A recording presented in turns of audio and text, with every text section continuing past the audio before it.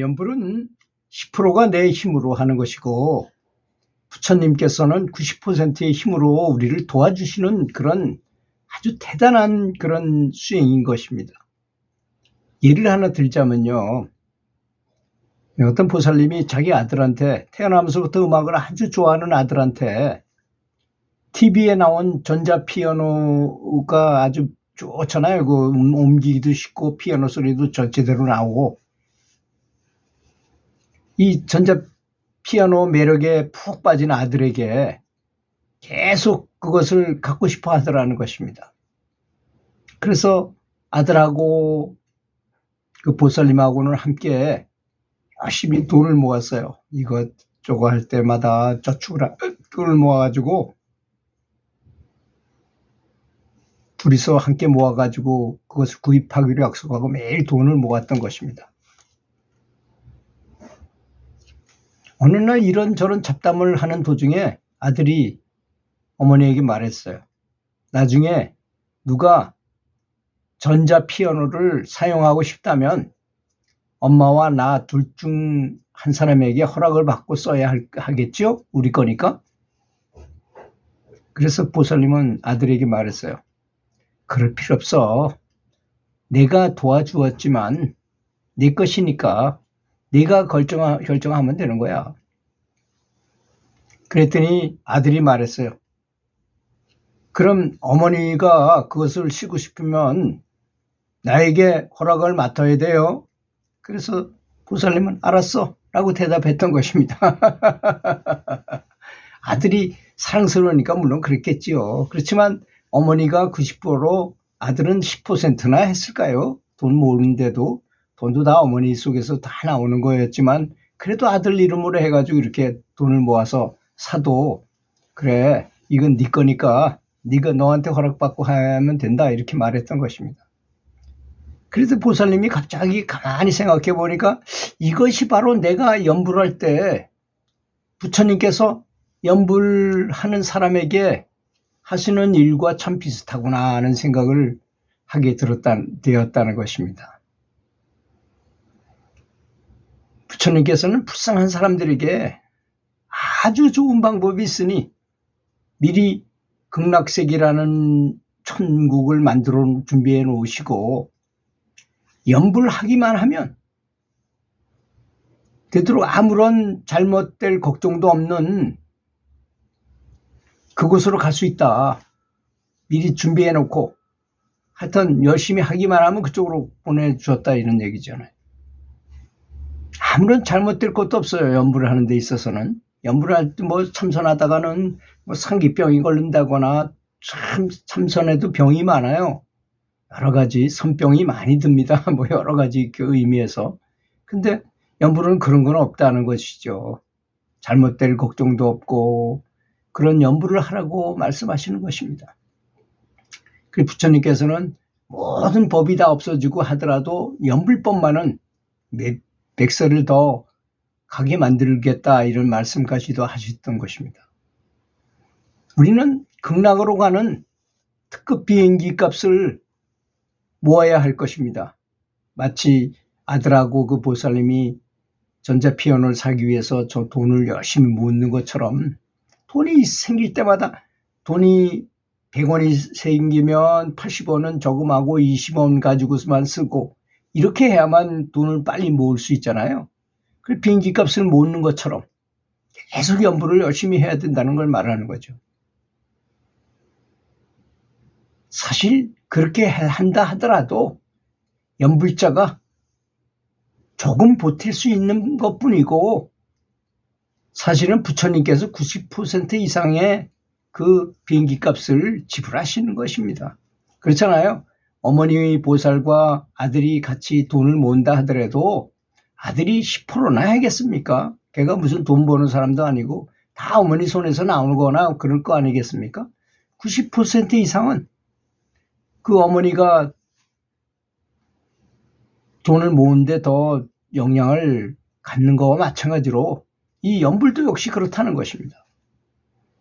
부처님께서 내 스스로 연불로 노력하기를 바라는 것은 그래야만 내가 사람으로 태어난 이 철호의 기회를 소중히 여기기 때문일 것입니다. 그렇기 때문에 그렇게 하시는 것입니다.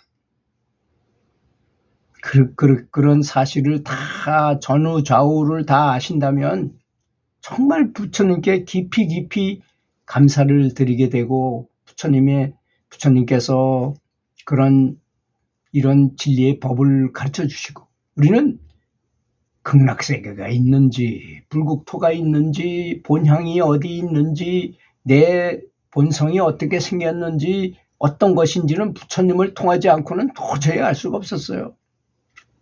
그렇지 않습니까? 그걸 가르쳐주지 않으면 그냥 보통 사람들처럼 아무것도 모르고 그냥 사는 겁니다.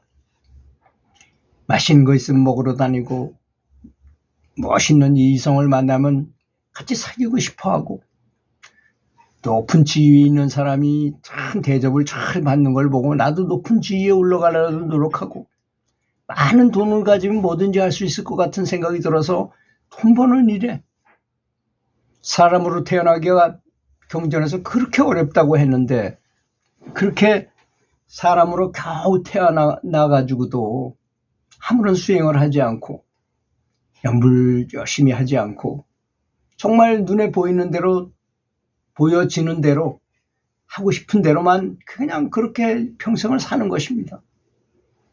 너무나 한심한 거죠.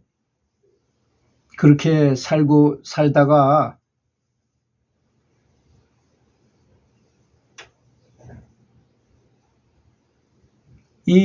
그렇게 귀중한 사람의 몸을 가졌는데 우리 사람의 몸이 귀중한지 아닌지를 이렇게 보면 잘 모릅니다. 그냥 이 겉모습만 보고 이 모양만 보고는 전혀 알 수가 없어요.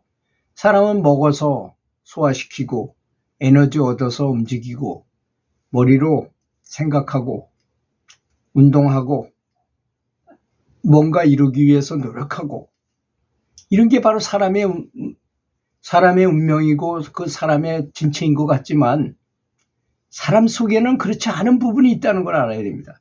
영적인 축은 전혀 달라요. 영적인 모양새는 사람의 굉장히 다르다는 걸 알아야 됩니다. 이 척추를 따라서 차크라라 그래서 이 영적인 에너지 센터가 7군데나 있습니다.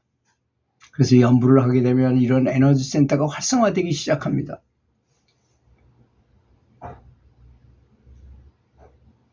그래서 연불을 열심히 하게 되면 부처님께서도 적극 도와주세요. 가장 이 사람한테 바람직한 방법으로 사실 우리를 아는 것보다는 부처님께서 우리를 더 많이 잘 아십니다.